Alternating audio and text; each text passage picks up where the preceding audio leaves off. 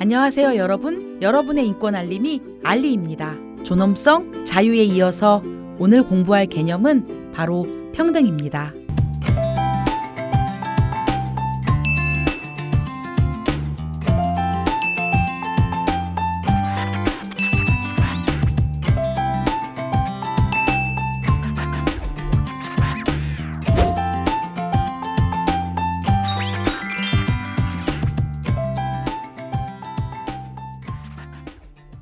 함께 그래프를 볼까요? 코로나 시대에 불평등을 보여주고 있네요. 이 그래프에 숨어 있는 알파벳을 한번 찾아보시겠어요? 5초 드리겠습니다. 정답은 바로 알파벳 K자 모양입니다. 한쪽은 올라가고 다른 한쪽은 내려가고 있네요. 누구는 오히려 이익이 커지는 반면 다른 누군가는 계속 악화되는 현상이죠. 재난시대의 불평등은 격차가 더욱 커지고 있습니다. 이것은 위기 때문에 새로 생긴 불평등이 아닙니다. 원래 불평등한 상태에 재난이 닥치니 더욱 취약해진 것입니다. 불평등? 불평등이 뭐야? 대단히 나쁜 거지. 노력하는 바가 다르니까 결과가 불평등한 건 당연하지. 불평등이 뭐가 나빠? 불평등이 나쁘다고 하는 사람, 불평등은 당연하다고 하는 사람. 그럼 불평등이 왜 나쁜지를 생각해 볼까요? 모두와 관계된 건강 문제를 예로 들어봅시다. 개개인이 열심히 운동하고 잘 먹으면 괜찮은 걸까요? 사회 구조적인 불평등과 개인의 건강은 관계가 없을까요? 불평등이 개인의 건강에 미치는 영향을 연구한 학자가 있습니다. 바로 평등해야 건강하다라는 책을 쓴 공공보건학자 리처드 윌킨슨입니다. 위계적인 사회에서는 많은 사람들에게 낮은 위치를 강요합니다. 존중받지 못하면 사람들은 상대적 박탈감, 불안정, 만성 스트레스를 느낄 수밖에 없습니다. 존중받지 못한다는 건 주변에서 자신의 기분이나 체면 등에 신경 쓰지 않고 기대감을 보이지 않는다는 겁니다. 그런 대접을 계속 받게 되면 일에서의 즐거움과 성취감도 낮아질 수 있습니다.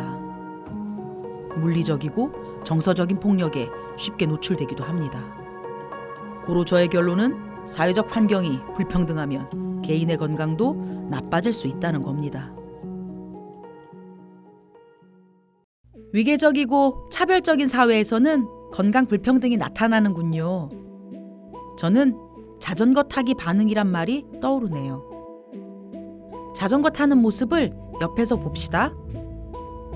바람의 저항을 막으려고 머리는 앞으로 숙이고 속도를 내기 위해 발로는 쉴 새 없이 페달을 밟고 있습니다. 이 모습을 불평등한 사회적 관계에 적용하면 어떻게 될까요? 강자에게는 머리를 조아리고 약자에게는 사정없이 발길질을 해대는 모습이 아닐까요? 또 이런 말도 있습니다. 손님이 웨이터에게 함부로 굴면 웨이터는 주방장에게 화를 내고 주방장은 조수에게 분을 풀고 조수는 주방의 고양이를 발로 찬다. 한국 사회에서는 뭐라고 하나요? 슈퍼갑, 을의 눈물. 이렇게 불평등한 사회에서 사람들은 어떤 태도를 보이게끔 내몰릴까요? 세상에 믿을 건 나뿐이야. 나는 나만 챙기면 돼. 무조건 이기고 봐야 돼. 경쟁, 끝없는 경쟁이다. 난 어차피 이기지 못해. 그냥 질러서 속풀이나 해보자. 내가 과시적인 소비를 한다면 어쩔 셈이지? 이거라도 안 하면 난 어떻게 살라는 거야? 더 자기중심적인 행동과 태도, 사회적 지위를 둘러싼 경쟁 또 경쟁, 손상된 자존심을 과시적이거나 분풀이식의 소비로 푸는 모습, 불평등한 사회에서 내몰리는 모습들입니다. 그런데 불평등의 대가는 누가 치르나요? 우선 개인이 불행하겠죠? 남의 눈치 보느라 개인의 자유가 축소되고 사람답다는 감각이 훼손됩니다. 또한 사회도 타격을 받습니다. 공적인 문제? 그건 정치인이나 알아서 하라고 해. 난 내 문제만으로도 골아파. 어차피 나를 동등한 인간으로 대접해 주지도 않는데 내가 뭐하러 이 사회에 관심을 가져야 돼. 협력과 연대는 개뿔.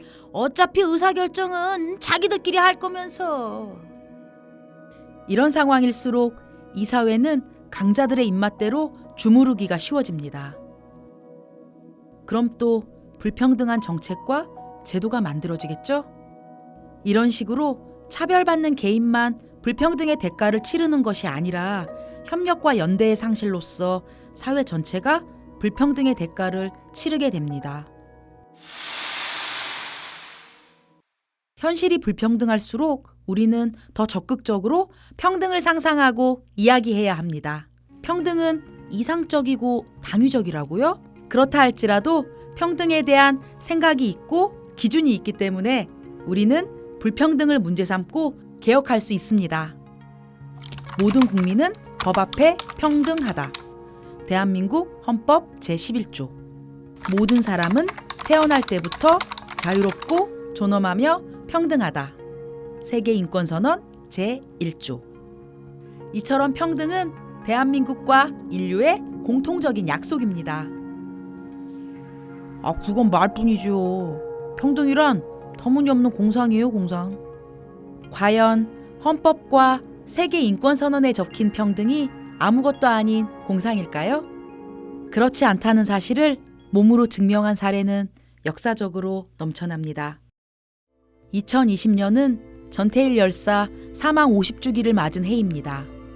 1970년 11월 13일 서울 평화시장의 청년재단사였던 전태일은 열악한 노동 조건에 맞서 싸우다 근로기준법을 지켜라. 우리는 기계가 아니다라며 자기 몸을 불살랐습니다. 전태일의 주장과 요구는 헌법에 쓰인 평등에 대한 믿음에서 시작됐습니다. 전태일의 생각을 3단 논법으로 정리해 볼까요? 대전제, 모든 국민은 법 앞에 평등하다. 소전제, 노동자들은 인간답지 못한 노동 환경에 처해 있다. 정당한 임금, 적절한 휴식, 건강진단을 보장해 노동자의 인간다움을 보장하라. 하지만 공장주와 정부는 들으려 하지 않고 우리가 낸 근거들을 검증하기를 거부했다. 결론, 그들은 우리를 평등하게 대하고 있지 않으며 헌법에 적힌 평등을 위배하고 있다. 50년이 지난 오늘날 전태일의 요구는 노동자들에게 어떻게 반복되고 있을까요? 대전제, 모든 국민은 법 앞에 평등하다. 소전제, 노동자들은 인간답지 못한 노동 환경에 처해 있다. 노동자가 일하다 죽지 않도록 중대재해 기업 처벌법을 제정하고 5인 미만 사업장이란 이유로 노동법에서 배제되는 노동자가 없도록 모든 노동자에게 근로기준법을 적용하라. 모든 노동자의 노동조합을 할 권리를 보장하라. 하지만 기업주와 정부는 들으려 하지 않고 우리가 낸 근거들을 검증하기를 거부하고 있다. 결론, 그들은 우리를 평등한 시민으로 대하고 있지 않다. 따라서 그들은 헌법과 국제인권법에 규정된 평등을 위배하고 있다. 50년의 기간을 두고도 같은 요구가 반복되고 있는 것을 알 수 있는데요. 노동자들의 요구는 불법적이라고요? 결코 그렇지 않습니다. 어디까지나 헌법에 적힌 평등에 입각해 주장하고 있는 것입니다. 대전제, 모든 국민은 법 앞에 평등하다. 이 문장이 형식적인 것일 뿐이라고 주장하는 사람은 헌법을 부인하는 것입니다. 노동자들에게 헌법상의 평등은 인간다움과 목숨을 건 주장의 전제이지요. 전태일과 오늘날의 노동자들은 그 평등을 입증하기 위해 요구하고 주장하고 있는 것입니다. 모든 인간의 동등한 존엄성에서 근본적 평등이 도출됩니다. 인간 대 인간으로 동등한 위치에 있어야 우리는 자유롭고 평등한 정치 공동체를 이룰 수 있습니다. 동등한 존재로서 서로를 인정하고 대우하는 사회에서는 불평등을 문제 삼고 개혁하려 할 것입니다. 평등의 이상은 현실의 불평등에 맞서는 싸움에서 힘을 발휘합니다. 자유와 마찬가지로 평등은 혼자 이룰 수 없는 가치입니다. 사회적 관계 속에서 평등이 만들어집니다. 미운 오리 새끼 이야기를 떠올려 볼까요?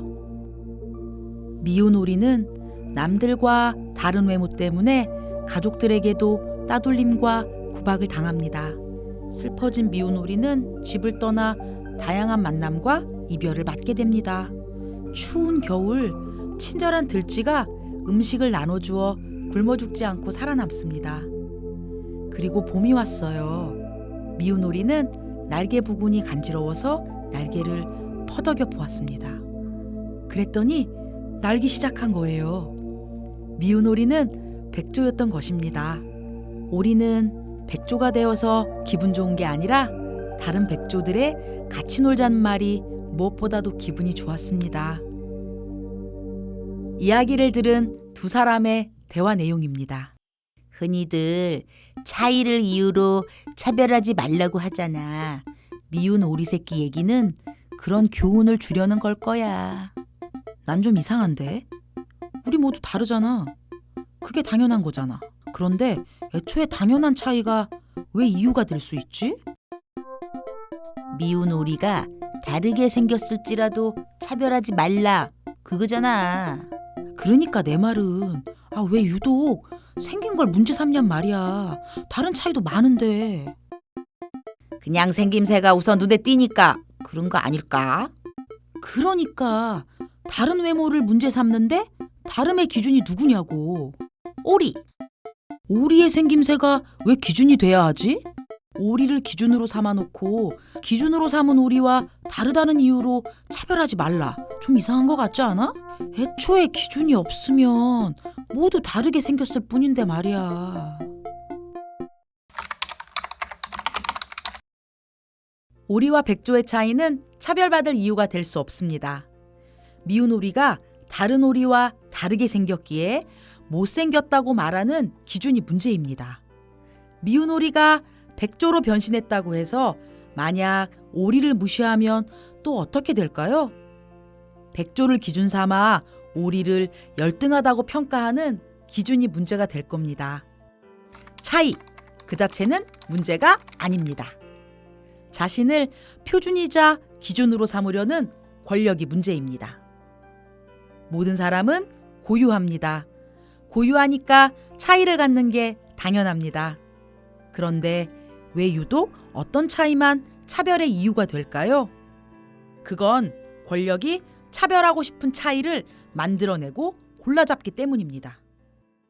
가령 외모 권력은 특정 생김새를, 나이 권력은 특정 나이를, 재산 권력은 특정 소유를 골라잡아 차별합니다. 성차별 사회에서는 남성과 이성애가 권력이죠. 남성과 이성의 권력이 보기에 다른 성별과 다른 애정관계, 다른 가족 형태를 차별합니다. 학력차별 사회에서는 인간의 다양한 능력 중에서 유독 학력을 기준으로 줄 세웁니다. 권력은 자기와 다른 존재를 차이라고 지명합니다. 권력이 우열의 기준을 만듦으로써 차이들을 줄 세우고 평가하는 데서 차별이 시작됩니다. 차별하려는 권력을 비판하는 것이 평등의 감각입니다.